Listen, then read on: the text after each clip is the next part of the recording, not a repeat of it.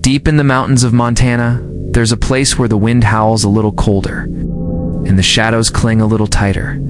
It's a place the locals know well, a place they talk about in hushed tones, especially when winter's grip is at its strongest. They call it the Cold River Bridge, and for years it was more a testament to stubbornness than to engineering. Old wooden planks, worn smooth by time and tires, half buried under snow for months on end. It creaked and groaned under the weight of every passing vehicle, a constant, unsettling reminder of its age. People said it was cursed, a local legend to spook tourists or maybe just to keep kids from wandering too close. But a legend is just a story, right? No one really believed it. It's not until the winter of 2003. Not until the night the legend felt terrifyingly real. It was late, the kind of late that feels like the world has already gone to sleep. The clock was ticking past 11. Snow, thick and heavy, was coming down in a blinding curtain, driven by a wind that seemed to have a personal vendetta against anything that dared to move. On a desolate mountain road, a single pair of headlights cut a weak path through the blizzard. Inside the car, Mark, his wife Sarah, and their 8-year-old son Tyler were heading home. They'd just left a cozy holiday dinner with relatives. The warmth of family still lingering around them like a comforting blanket. But that warmth was fading fast as the reality of the storm set in. Mark gripped the steering wheel, his knuckles white. The road was treacherous, a slick ribbon of ice and snow. He was a good driver, cautious and steady, but even he felt the car struggle for purchase. Up ahead, the skeletal frame of the Cold River Bridge emerged from the swirling snow. Any other time, he might have taken the long way around, the safer, newer route miles back. But tonight the storm was too severe, and the thought of home was too strong. He slowed the car to a crawl, easing onto the bridge's ancient planks. The tires crunched on the frozen wood, the sound swallowed by the wind. They were halfway across when the first sign of trouble hit. The headlights, which had been their only guide, flickered erratically. Once, twice, and then plunged them into near-total darkness, leaving only the faint, ghostly glow of the dashboard. Ow! The engine, which had been humming along reliably, sputtered. Ow! It coughed, choked, and then died. A nerving silence fell over the car, broken only by the howling wind and the panicked beat of their own hearts. Mark turned the key again and again. Nothing, just the hollow click of the ignition. The tires spun uselessly on the ice-slicked planks. They were trapped. Sarah, trying to keep the panic from her voice for Tyler's sake, pulled out her phone. Her fingers were trembling as she tried to dial for help. She held the phone up, turning it this way and that, desperate for a single bar of service. But the screen was resolute. No signal. Out here, in the heart of the storm, in the middle of a collapsing bridge, they were utterly alone. The only sound from the outside world was the menacing roar of the cold river below, a hungry, churning mass of dark water and jagged ice. It sounded like it was waiting, then a sound that made their blood run cold. A deep, resonant groan echoed from beneath them. It wasn't the wind, it was the bridge itself, protesting the weight of the car. The front of their vehicle dipped suddenly, just an inch or two, but it was enough to send a jolt of pure terror through them. Mark muttered a curse, his voice tight. "Hold on," he said, his words barely a whisper. Everyone just hold on. He didn't know what else to say. What else could he do? The bridge shifted again, a louder, more violent shudder this time, accompanied by the sickening splintering of wood. Tyler, who had been quiet in the back, let out a small whimper. And then, before anyone could scream, before anyone could even take another breath, there was a crack. It wasn't just a splintering of wood. It was an explosion of sound, sharp and final, like a clap of thunder directly overhead. The world outside their windows turned into a chaotic vortex of white snow and dark splintered timber. The feeling of falling, of the floor dropping out from under them, was absolute. The car pitched forward into the abyss, and then nothing. Just the silence of the falling snow, blanketing a new, gaping hole in the heart of the Cold River Bridge. The next morning, the storm had passed, leaving behind a world transformed. The sun glinted off a pristine, untouched landscape of white.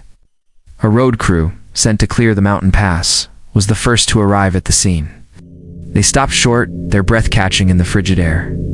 The Cold River Bridge was broken. A huge section in the middle was simply gone, as if a giant hand had reached down and ripped it away.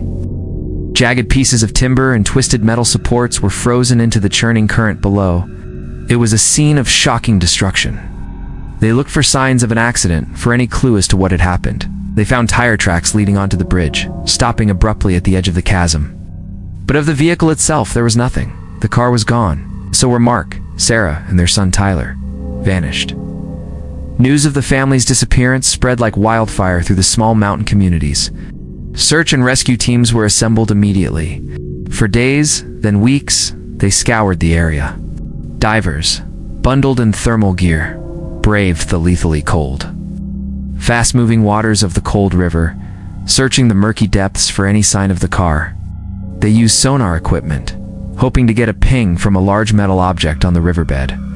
But the river was powerful and deep, littered with decades of debris, rocks, and fallen trees. It was like searching for a needle in a haystack, in the middle of a frozen hurricane. They found nothing. It's not a piece of wreckage, not a scrap of clothing, not a single trace of the family. Helicopters flew grid patterns over the surrounding forests, their crews scanning the endless expanse of snow-covered pines, wondering if perhaps the car had been thrown clear of the river. But the snow had covered everything in a thick uniform blanket, erasing any tracks or signs of a crash. It was as if the car and the 3 people inside it had simply been erased from existence. As the days turned into weeks, the official search was eventually scaled back, then called off. The weather was too hostile, the chances of finding anything too slim. The family was officially listed as missing, presumed victims of a tragic accident. But the locals? They knew better, or at least they thought they did. The old stories about the bridge, once dismissed as folklore, were now retold with a new, chilling conviction. The curse wasn't just a story anymore. Had the river truly swallowed them whole, leaving no trace behind? Or was something else at play? Whispers started to circulate. Some claimed to have seen strange lights in the sky that night, right over the bridge. Others talked about an old tale, a story of a toll that the river, or whatever spirit inhabited it, sometimes demanded. A story about the bridge not just breaking, but asterisk taking asterisk. Years have passed since that terrible night in 2003. The old Cold River Bridge is long gone, replaced by a sturdy modern concrete and steel structure. It has no character, no creaks or groans, just the quiet hum of tires on pavement. Most people drive over it now without a second thought. But for those who remember, for the people who lived through that winter, the new bridge stands as a monument to an unsolved mystery. It's a constant reminder of the family that drove onto a bridge one snowy night and never came off. The case remains open, a cold file in a dusty cabinet at the sheriff's office. Every few years a new theory might pop up online, or a journalist will re-examine the facts for an anniversary piece. But no new evidence has ever surfaced. It's one of those mysteries that sinks deep into the local consciousness, becoming a part of the landscape itself. A cautionary tale told 2 wide-eyed newcomers. A ghost story whispered around campfires. The story of the family who disappeared from the Cold River Bridge serves as a haunting reminder that sometimes the world holds mysteries that are deeper and darker than any river, and some questions may never be answered. They just hang in the cold mountain air forever. Thank you so much for joining me on this journey into the chilling mystery of the Cold River Bridge. If stories like this capture your imagination, make sure to hit that subscribe button and ring the notification bell so you don't miss our next exploration into the unknown. We'd love to hear your thoughts and theories in the comments below. Till next time, stay curious and stay safe. The storm finally broke by morning, leaving an eerie, profound silence in its wake. It was a quiet that felt wrong, heavy, like the world was holding its breath. As the first light of dawn cut through the gray sky, rescue teams arrived at Cold River Bridge. The scene was bleak. Snow waist-deep and pristine, blanketed everything. Below, the river flowed thick and sluggish under a crust of ice. The teams expected to find chaos, the mangled remains of a car, perhaps a desperate trail of footprints.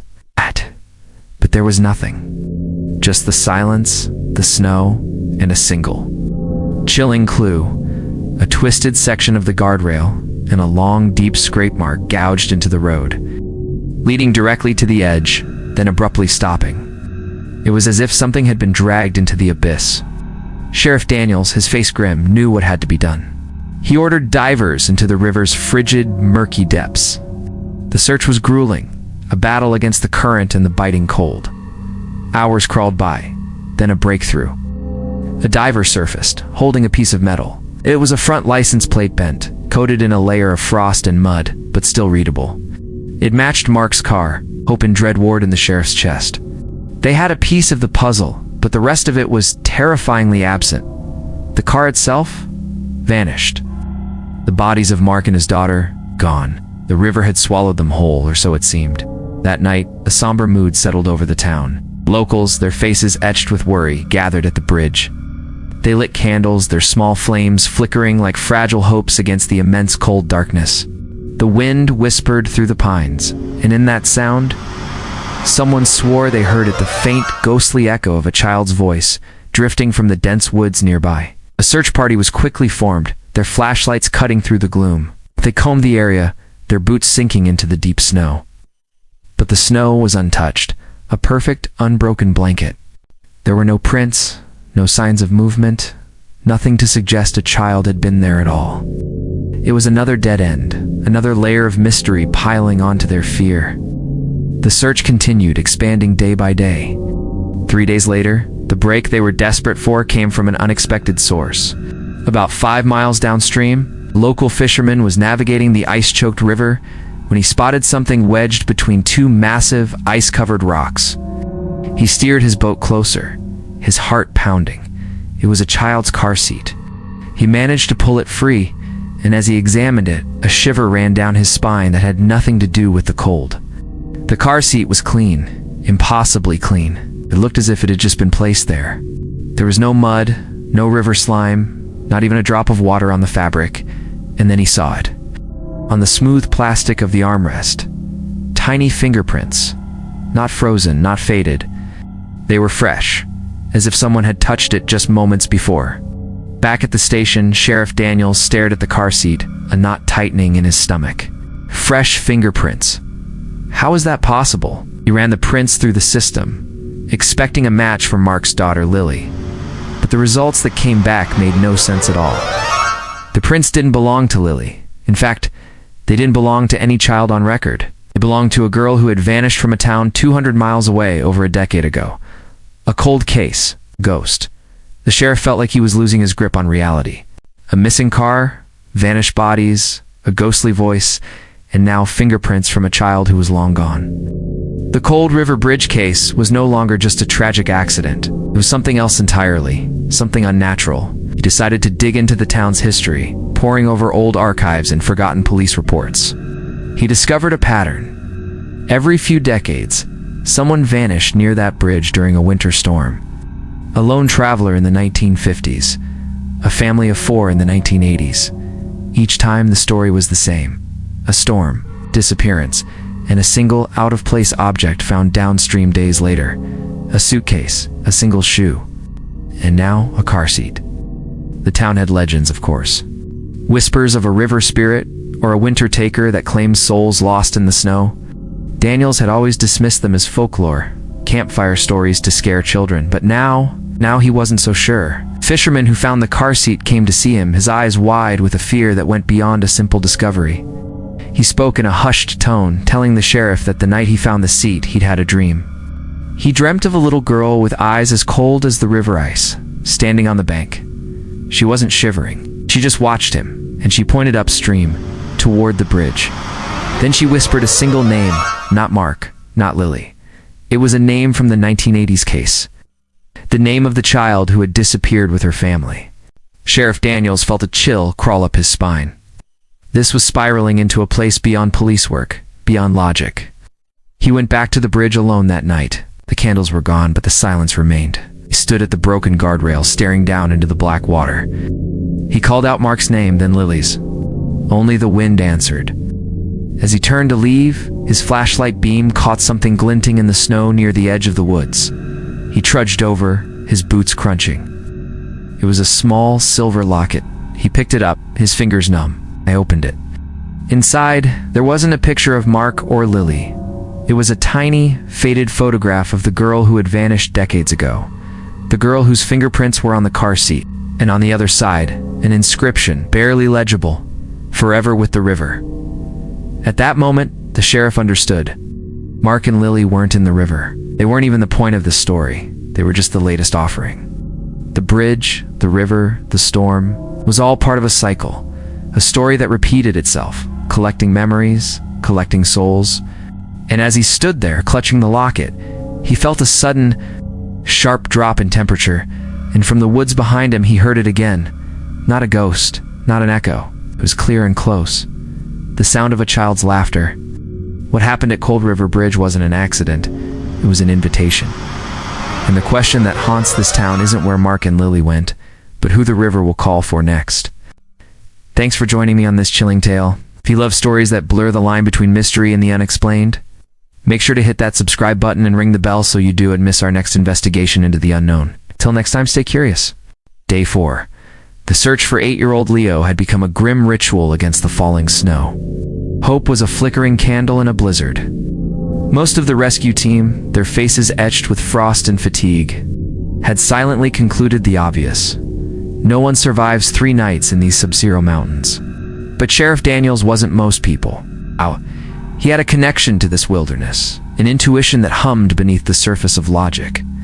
Something about Leo's disappearance felt wrong, like a puzzle with a missing piece that wasn't just lost, but deliberately hidden. That morning, a sliver of color broke the endless white.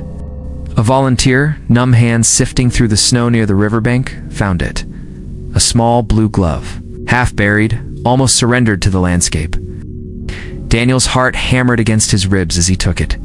Tucked inside, protected from the worst of the wet, was a folded piece of paper. The handwriting was a child's, shaky but clear, to words that reignited everything. We're here.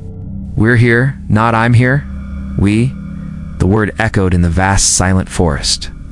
The team fanned out, their renewed energy a stark contrast to the quiet indifference of the snow. They scoured the area, every rock, every hollow.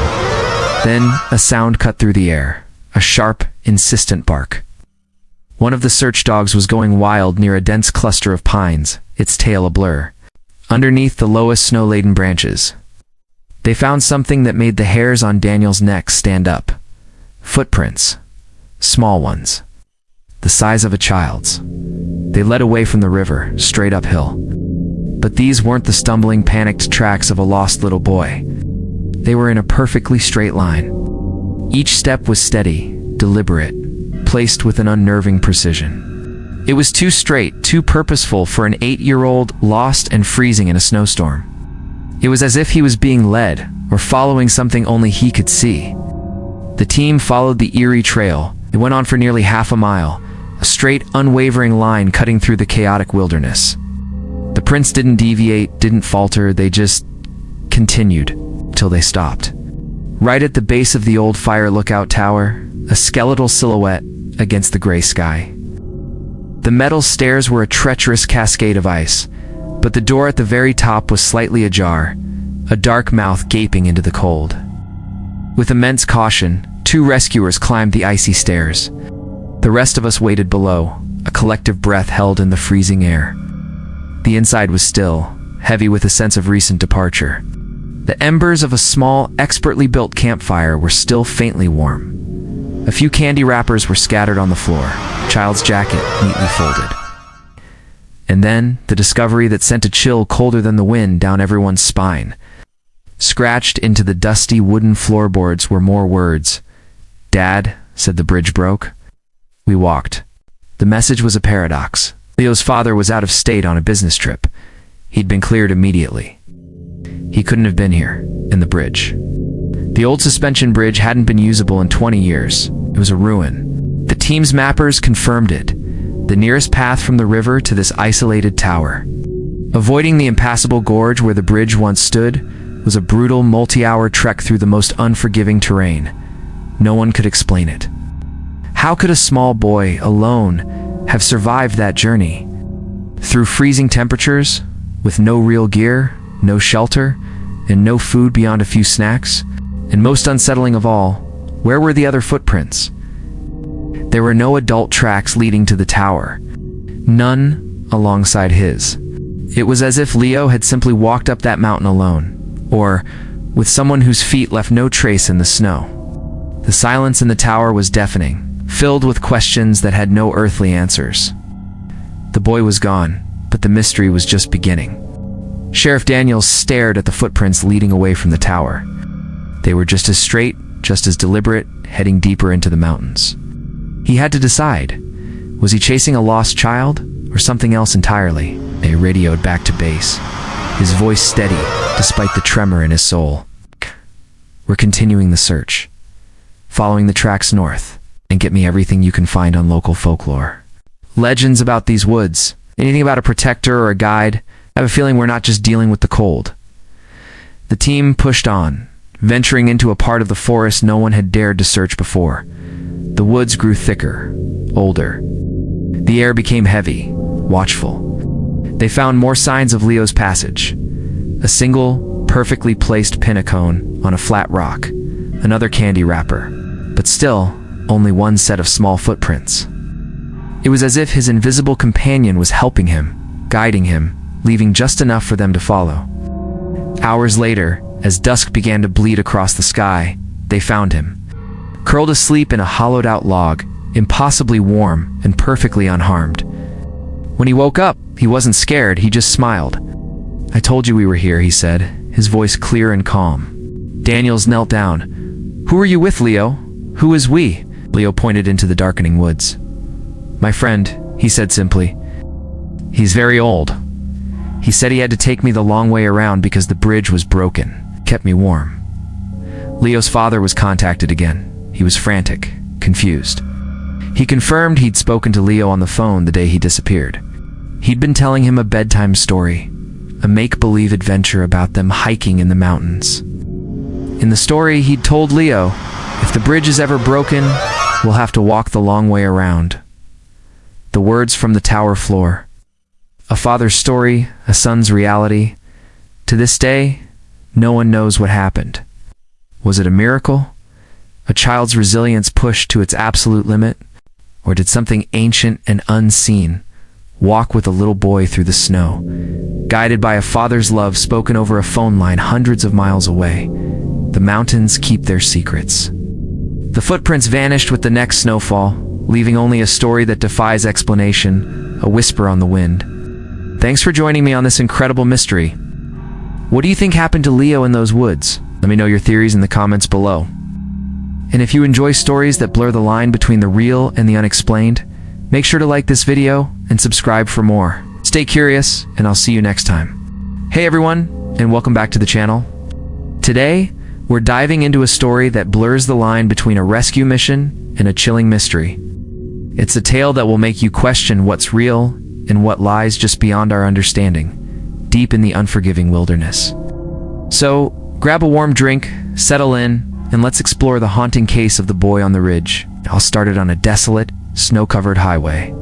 A family of three, a mother, a father, and their young son Tyler, were heading to a remote cabin for a winter getaway.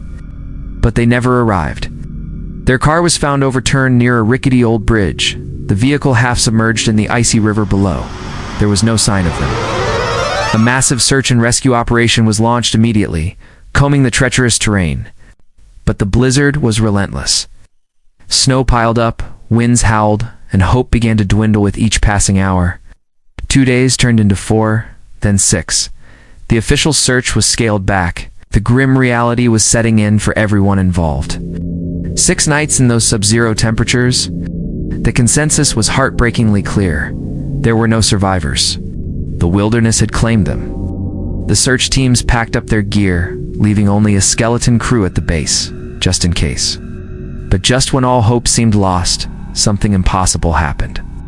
On the 7th morning, just before the crack of dawn, a voice broke through the static of the radio at the rescue base. It was faint, almost swallowed by the noise, but the operator, a seasoned veteran named Mark, heard it. A child's voice. "Hello? I'm cold, but I see lights." The team scrambled. Mark swore it was real. They immediately began to triangulate the signal, their hearts pounding with a mixture of disbelief and adrenaline. The signal was weak, but it was there. It was coming from a place no one had thought to look, high up on a desolate ridge, nearly 8 miles from the crash site. 8 miles. Through a blizzard. How could a child have made it that far? Sheriff Daniels, a man who had seen his fair share of strange things in these mountains, didn't hesitate. He gathered a small elite crew. The trek was brutal. They fought through knee-deep snow. The wind so sharp it felt like it was slicing through their gear, cutting them like glass. Every step was a battle against the elements. They pushed onward, driven by that tiny, impossible voice on the radio. As they finally reached the ridge, the first rays of the morning sun began to pierce through the heavy gray clouds, casting long, eerie shadows across the snow. And that's when they saw it. Tucked behind a cluster of fallen branches and snow-laden pines was a small, crudely built shelter. It was constructed from pieces of wood, twisted metal, and salvaged parts that looked like they could have been from the car wreck miles away. It was a feat of survival engineering that seemed beyond the capabilities of a lone, frightened child. Inside, they found the cold, gray remains of a burned-out fire. And there, carved carefully into one of the main wooden beams, was a single name, Tyler. The shelter was empty, but the ground told a story. It was clear someone had been there very, very recently. Leading away from the makeshift camp were 2 sets of footprints in the fresh snow. One set was small, clearly belonging to a child. The other was larger, the stride long and confident. Sheriff Daniels followed the tracks, his mind racing. Who was with the boy? Another survivor? A local hermit? The tracks led downhill, winding their way toward the frozen, unforgiving river below. And then, about halfway down the slope, the search team came to a sudden halt. The tracks, they split. The small prints, Tyler's prints, continued on, veering sharply toward the dense, dark line of the forest. But the larger set of footprints did something that defied all logic. They just stopped. Right there in the middle of an open expanse of snow. There were no drag marks, no signs of a struggle or a fall, no indication that the person had been lifted away. The prints simply ended, as if the person who made them had vanished into thin air. It was physically impossible. Daniels radioed for backup, his voice tense. Or manpower, anyone who could help make sense of this. But before anyone could respond, a sound drifted through the trees. It was faint, distant, but unmistakable. A child humming a simple melodic tune. The entire team froze, their breath catching in their chests. They strained to listen, turning their heads to pinpoint the source. The humming was rhythmic, almost peaceful, a stark contrast to the harsh, silent wilderness around them. Then, as quickly as it started, the sound faded, carried away by the whispering wind. It was gone. Ow. Driven by a renewed sense of urgency, they plunged into the forest, following Tyler's small footprints. The tracks led them deeper and deeper into the woods, past ancient trees that seemed to watch them with silent judgment. They followed for what felt like miles, but the tracks eventually grew faint, disappearing near the tree line, where the wind had swept the ground clean. Before them lay nothing but an endless expanse of white, silent snow. There was no sign of the boy, no sign of anyone. It was as if the forest had swallowed him whole.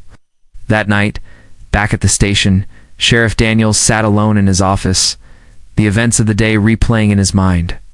The impossible shelter, the footprints that vanished, the ghostly humming. He opened his official logbook and wrote his report, documented the facts, the evidence, the baffling scene on the mountain. But at the very end, he added a personal note, a conclusion that went against every rational instinct he had. He wrote, "We are not alone out here. The boy is alive, but he's not lost." The official search for Tyler was never closed, but it was never solved either. He was never found.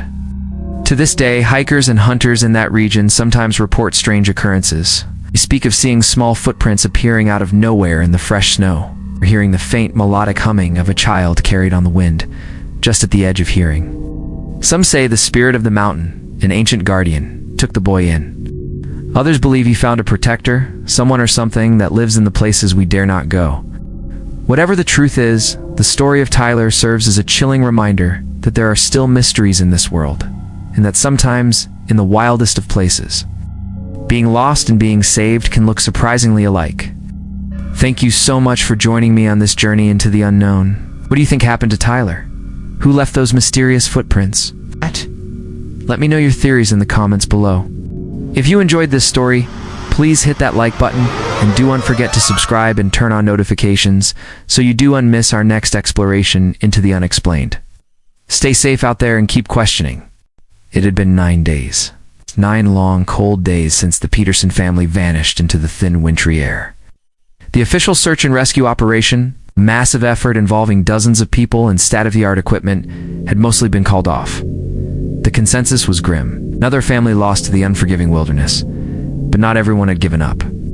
Sheriff Daniels, his face etched with the weariness of the past week, still walked the woods. He, along with a small, stubborn group of local volunteers, refused to let the forest have the final say. Ow. They owed it to the Petersons. Owed. A snowmobile team, making one last sweep near North Ridge, radioed in. They'd spotted something out of place, a splash of color that didn't belong in the monochrome landscape of white snow and gray trees. It was a scarf, bright red, tied neatly to the branch of a pine tree. It was Mrs. Peterson's. Hope, sharp and sudden, cut through the despair. As the team moved closer, they realized it wasn't just one scarf. Following the direction it seemed to point, they found another piece of fabric 100 yards further, in a strip of blue from a t-shirt. Then another, a swatch of yellow, then gray. It was a trail. Someone had deliberately marked a path piece by piece, like breadcrumbs in a fairy tale. A desperate, intelligent message left for them to find. Sheriff Daniels arrived on the scene, his heart pounding a nervous rhythm against his ribs. The trail was methodical, purposeful. It led them deeper into the dense, snow-laden forest, a part of the woods they had previously dismissed as too treacherous. The pieces of fabric were tied at a child's height, a detail that made a knot of dread tighten in Daniels's stomach. About half a mile in, his gaze fell to the ground. There they were again, the small, solitary footprints they'd found days ago near the family's abandoned car, now almost completely faded. But here, they were fresh, tiny boot prints, pressed neatly into the new snow. They were calm, straight, and impossibly small. They weren't wandering aimlessly. They were walking with a destination in mind. And this time they led somewhere. The tracks ended abruptly at the mouth of a narrow cave, almost hidden by a curtain of frozen ivy and snowdrifts, a place easily overlooked. Daniels crouched down, his breath misting in the frigid air. He signaled for the others to stay back as he cautiously entered the opening. Inside, the temperature was noticeably warmer. The air was still and close. In the center of the small cavern were the dead ashes of a fire, a sign that someone had sheltered here. Melted snow dripped rhythmically from the rock ceiling, the only sound in the otherwise silent space. And there, propped against the far wall, was a small blue backpack. It was Tyler's. With trembling hands, Daniels unzipped it. On top was a half-eaten bag of trail mix and an empty water bottle. Beneath that, a coloring book and a scattered handful of crayons. He gently lifted the book out. The first few pages were filled with the typical drawings of a 7-year-old, vibrant green trees, smiling yellow suns, and jagged snow-capped mountains. He flipped through them, his hope waning with each turn of the page. Then he reached the last one. The drawing on this page was different. It was frantic, sketched with a heavy, dark crayon. It was the old wooden bridge that crossed the river a few miles south of where they were. But in the drawing, the bridge was broken in half. Jagged lines depicted its collapse into the churning water below. On one side of the chasm stood a small stick figure Tyler, and on the other side, holding the boy's hand across the impossible gap, was another taller figure. This second figure was indistinct, almost like a shadow, with no face or features. Underneath the drawing, in shaky, childlike handwriting, were 3 words: "He helps me walk." Sheriff Daniels stared at the drawing, a cold chill running down his spine that had nothing to do with the winter air. "He helps me walk." He replayed the evidence in his mind. The trail of fabric, the small purposeful footprints, the fire in a hidden cave. It all pointed to one thing. The boy had not been alone. Yet, when they scoured the area around the cave, they found nothing. No adult footprints, no tire tracks, no signs that anyone other than a small child had been anywhere near this place. The mystery deepened, becoming more unsettling with every passing moment. Who was the he in the drawing? Where had they gone? Most importantly, where was Tyler now? As the sun began to set, casting long, eerie shadows across the snow. The team reluctantly packed up, planning to resume their focused search at first light. The storm that had hampered their efforts for days was finally clearing. Back at the command post, the mood was a strange mix of hope and confusion. They had a lead, a real one, but it was wrapped in an enigma. As Daniels was looking over the maps, a voice crackled over the radio from the drone operator. "Sheriff, you're going to want to see this." On the monitor, a live feed from an aerial drone showed a patch of woods at the very edge of the search area. And in the grainy, thermal-imaged footage, there was movement. A small, solitary figure, trudging slowly but steadily through the deep snow. A child. Alone. He was heading out of the forest, walking directly toward the distant, twinkling lights of the town. The rescue team scrambled, reaching the boy in minutes. It was Tyler. He was cold, exhausted, and hungry, but miraculously, he was unharmed.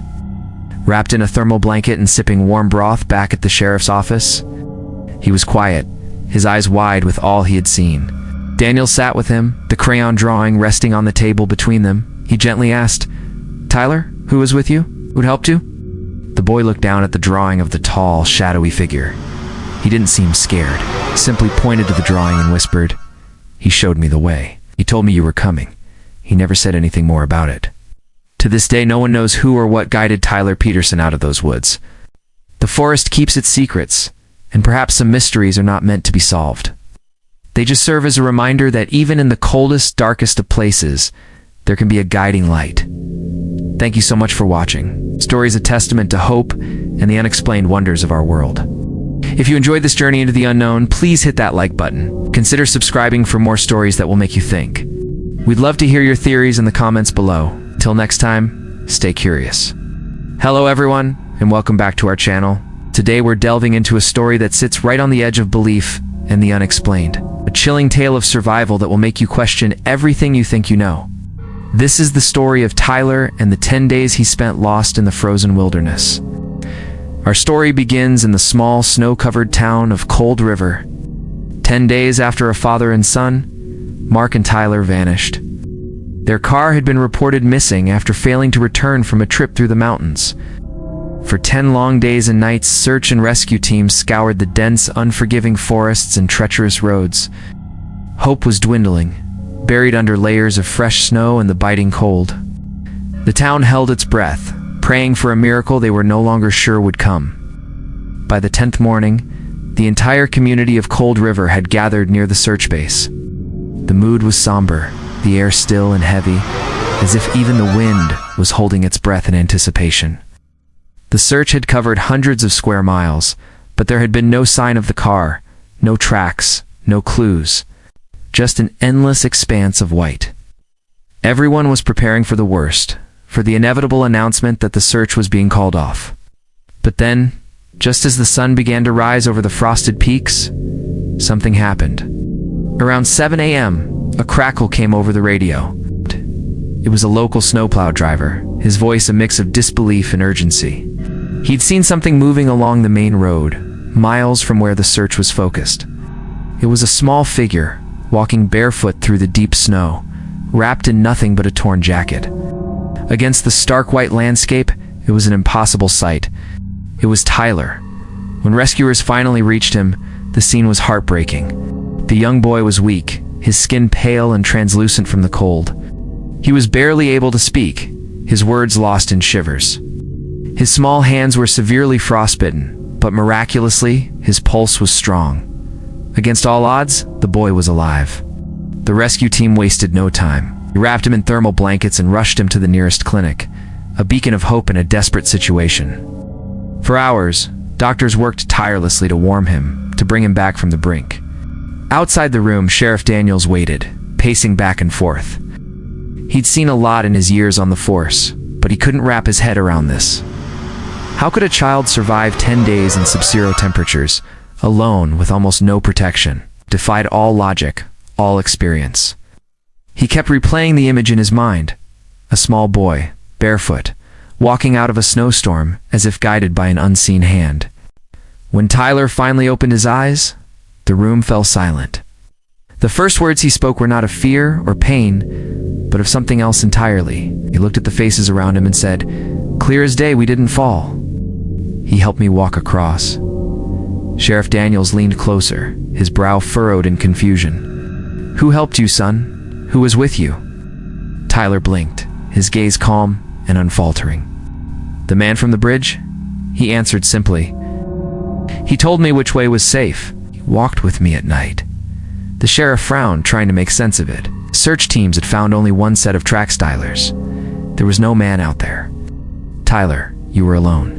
But the boy just shook his head slowly, a strange certainty in his eyes. "He had a flashlight," Tyler insisted. "He knew the woods." He said he knew the way. "When I got tired and wanted to stop, he told me we were almost home." The conviction in the boy's voice sent a shiver down the sheriff's spine. He was describing a guide, a protector, someone who had been with him every step of the way, but the evidence said otherwise. Later, when Tyler's mother was finally allowed to see him, he shared one more detail, a piece of the puzzle that would change everything. He looked at his mom and said, "He told me his name was Mark." At the sound of the name, all the color drained from his mother's face. She went completely white. Mark was his father's name, the father who was still missing, the father who was presumed to have been in the car with him when it crashed. 2 days later, the search team got a break.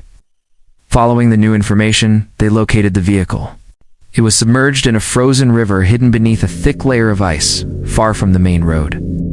Using heavy machinery, they pulled the wreckage from the icy water. Inside, they found the remains of a man still strapped into the driver's seat. It was Mark. In his hand, he was clutching a flashlight, its battery long dead. The tragic truth was confirmed. Mark had died on impact. He had never left the car. So who was the man who guided Tyler through the storm? How did he know the safe paths through the woods? How did a boy, alone and freezing, find the strength to walk for miles to safety? The town of Cold River was left with a story that was both a miracle and a mystery. Somehow, in those dark frozen nights, Tyler had followed a light. He had been guided step by step back to the world of the living. And here's where the story takes its final, haunting turn. When the rescue mission's drone footage was reviewed, analysts noticed something that made their blood run cold. As they watched the tiny figure of Tyler trekking through the snow, they saw it. In the distance, just behind the boy, there was another faint light. A small, flickering orb, moving in perfect sync with him, followed him, illuminating his path in the pre-dawn gloom. Then, just as Tyler reached the first houses on the edge of town, just as he was safe, the light blinked out and disappeared. Was it the spirit of his father, refusing to leave his son until he was safe? A guardian angel in the storm? Or something else entirely? We may never know the answer. But one thing is for certain, Tyler was not alone in the wilderness. He was guided home by a love that is stronger than death, a light that refuses to be extinguished by the cold. What do you think happened out there in the snow? Let me know your theories in the comments below. This story is a powerful reminder that sometimes the greatest mysteries are the ones that give us the most hope. Thank you so much for watching. If you found this story as moving as I did, please hit that like button and subscribe for more incredible tales. Until next time, stay safe and keep searching for the light.